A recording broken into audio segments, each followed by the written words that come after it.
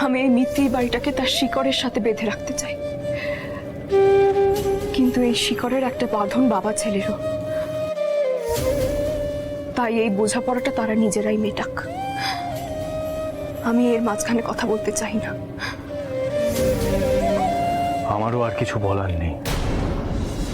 Justice Ajay Mehta ওনার মান সম্মান, ওনার শির দ্বারা, ওনার পদ সবটা খুইয়েছেন রঘু রায়ের পায়ের তলায়। কিন্তু আমার শির দ্বারা এখনো সোজা আছে। আর এই যে জাস্টিস মেহতা ওনার মান সম্মান খুইয়েছেন, এটার জন্য আমি দায়ী নই, আমি রেসপন্সিবল নই। এটার জন্য দায়ী উনি নিজে।